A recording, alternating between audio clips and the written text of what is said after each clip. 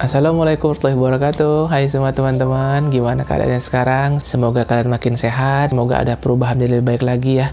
Nah, ini di video saya kali ini saya mau ngebahas masalah yang banyak banget teman-teman tanyakan di kolom komentar, yang saya sampai bingung mau ngebalesnya. Pasti ada aja kalimat ini gitu, Mas saya mimpi buruk mas saya sudah enakan tapi saya kumat aja gara-gara mimpi yang enggak mas saya mendengar suara burung dari rumah mas saya macem-macem deh pokoknya. Yang saya nggak ngerti deh itu dapat dari mana rumusnya, yang kalian dapat dari mana ceritanya saya nggak ngerti deh. Nah, jadi ini saya mau ngebahas tentang permasalahan mimpi buruk nih. Jadi teman-teman, yang saya ketahui, saya dulu pernah mendengar satu ceramah dari Ustadz Khalid Basalamah. Dia mengatakan bahwa mimpi itu datangnya dari 3. Yang pertama datang dari Allah, yang kedua datang dari setan, yang ketiga datang dari alam bawah sadar kita. Nah, apa itu mimpi datang dari Allah? Mimpi datang dari Allah itu adalah mimpi yang bagus-bagus, mimpi yang indah-indah, seperti kita bertemu dengan Rasulullah, Nabi Muhammad SAW, kemudian kita berada di tempat yang indah, seperti kayak taman-taman bunga, kemudian kita mengalami mimpi bertemu dengan kiai atau ustadz yang mengajarkan kita untuk beribadah, mengajarkan kita sholat.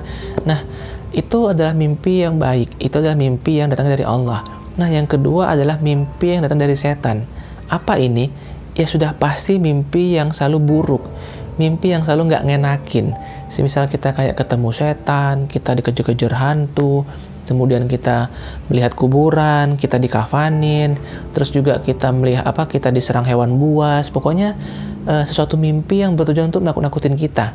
Itu sudah dipastikan adalah mimpi yang datang dari setan. Karena Ustadz Khalid pun juga mengatakan bahwa pintu masuk utama setan dalam tubuh kita adalah melalui pintu takut dan pintu amarah. Jadi itu emang udah SOP-nya setan kali gitu ya, emang udah kerjaannya dia untuk mempengaruhi kita, untuk menakut-nakuti kita agar iman kita goyang, agar akidah kita goyang. Jadi kita gampang untuk dipengaruhi lah oleh setan tersebut ke jalan yang nggak benar gitu ya. Nah, yang ketiga ini adalah mimpi datang dari alam bawah sadar kita. Apa mimpi ini? Mimpinya adalah mimpi yang kosannya kita, semuanya pagi tadi atau siang tadi kita ada kesel sama orang, kita mangkal gitu ya, kita gondok gitu sama orang gitu ya. Nah, akhirnya kita pada saat malam-malamnya kita tidur, tiba-tiba kita mimpi berantem, tiba-tiba kita refleks tangan kita mukul gitu ya. Nah, ini bisa dikatakan adalah mimpi dari alam bawah sadar kita, suatu bentuk reaksi tubuh kita karena masih ada yang mengganjal perasaan kita, karena masih ada yang kita pikirkan gitu lah, belum legowo gitu ya menerima permasalahan tadi pagi atau tadi siangnya gitu ya. Jadi itu bisa mempengaruhi tidur kalian juga. Nah, Islam sudah punya rulesnya teman-teman, sudah punya petunjuknya bahwa mimpi itu jadi 3 tadi lah, hanya dari Allah, dari setan, dan juga dari alam bawah sadar kita. Jadi teman-teman nggak usah perlu ya, saya mohon banget nih ya, ini saya yakin banget nih kalian semua nih pasti udah mimpi buruk, nggak lama lagi kan langsung browsing nih arti mimpi, kalian langsung buka situs-situs primbon segala macam. Itu please banget teman-teman, jangan kalian lakukan. Itu nggak ada faedahnya, itu nggak ada manfaatnya, itu akan mempengaruhi pikiran kalian, itu akan jadi membuat batin kalian tuh jadi goncang lagi gitu, jadi goyah lagi gitu, jadi takut lagi gitu loh. Jadi ya setan pun juga seneng, yes kata setan, berhasil nih orang jadi takut nih, semakin dia baca primbon semakin nggak bener, semakin takut nih, setan seneng banget tuh kan jadi begitu tuh. Beneran deh. Jadi kalian jangan pernah untuk menafsirkan mimpi. Jadi nggak ada yang begitu-gitu dalam Islam. Jadi kita sebagai umat Islam jangan kalian lakukan untuk baca-baca primbon atau menafsirkan mimpi. Itu nggak ada ajarannya teman-teman. Karena kita gini ya, kita sudah merasa sudah merasa kedoktrin dengan hal-hal tempo dulu kali gitu ya. Orang-orang zaman dulu tuh suka banget tuh kadang-kadang kita mimpi pakai baju pengantin, katanya nanti kita meninggal. Pakai kita mimpi menikah, nanti katanya kita nggak panjang umur. Itu udah rumor atau gosip-gosip zaman dulu yang orang tua kita bawa sampai turun-turun gitu loh. Akhirnya kita jadi malah keikut, kita malah jadi merasa membenarkan arti mimpi itu, padahal sebenarnya itu nggak ada. Padahal sebenarnya cerita dan gosip itu nggak benar sama sekali, tapi kita udah keburu meyakininya ya gitu. Nah, itu bahaya banget teman-teman. Itu bisa ya, jangan sampai terjadi lah. Itu kita bisa jadi musyrik loh teman-teman, beneran deh.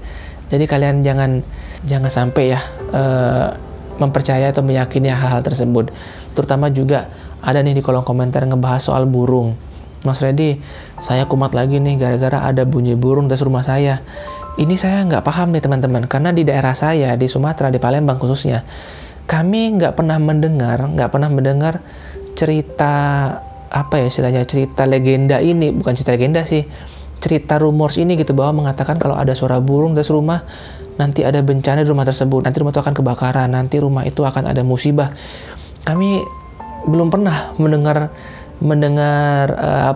cerita-cerita fiksi, cerita-cerita mitos seperti ini gitu ya. Nah, tapi nggak tahu deh kalau teman-teman di luar Sumatera, mungkin yang teman-teman di Pulau Jawa mungkin sudah turun-temurun kalian mempercayai bahwa setiap ada suara burung di atas rumah, tidak lama lagi rumah tersebut akan ada bencana, rumah tersebut akan ada musibah. Nah, ini ya apa ya, teman-teman, saya juga agak bingung nih ngomongin ini. Ini please banget teman-teman jangan percaya hal itu. Tolong rubah mindset kalian ya. Kita nih udah modern loh gitu loh. Kita udah berusaha untuk tinggal di zaman yang bisa kita pakai nalar kita gitu ya. Masa iya sih ada suara burung kita jadikan patokan bahwa nanti ada bencana. Masa iya sih nanti kalau kita pakai baju pengantin mimpi nanti kita bisa meninggal. Itu nggak logis banget teman-teman. Saya pribadi ya gitu ya, nggak masuk akal banget lah menurut saya. Jadi untuk apa kita mempercayai cerita itu? Jadi lebih baik kita selalu berpositif thinking terus, selalu memasukkan informasi-informasi yang baik ke pikiran kita, selalu memberikan motivasi-motivasi ke batin kita agar mental kita menjadi kuat, kita pun juga jadi semangat menjalani hidup ini. Jadi ya nggak perlulah kita mempercayai hal-hal yang nggak jelas, rimba ceritanya itu dari mana, asal muasal bagaimana.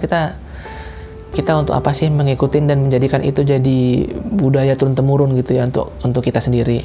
Jadi ya stop berpikiran seperti itu hanya mitos, itu hanya cerita zaman dulu gitu ya. Ya kita anggap aja lah mimpi itu, anggap aja bunga tidur. Nah ini juga sebenarnya ucapan zaman dulu juga kan, orang tua juga seperti itu yang zaman dulu ya. Kalau kita lagi mimpi buruk gitu, mimpi jelek, orang tua selalu nasihatin, ya sudah nak, kamu tidur lagi, itu hanya mimpi, cuma hanya bunga tidur. Nah itu boleh tuh kita ambil.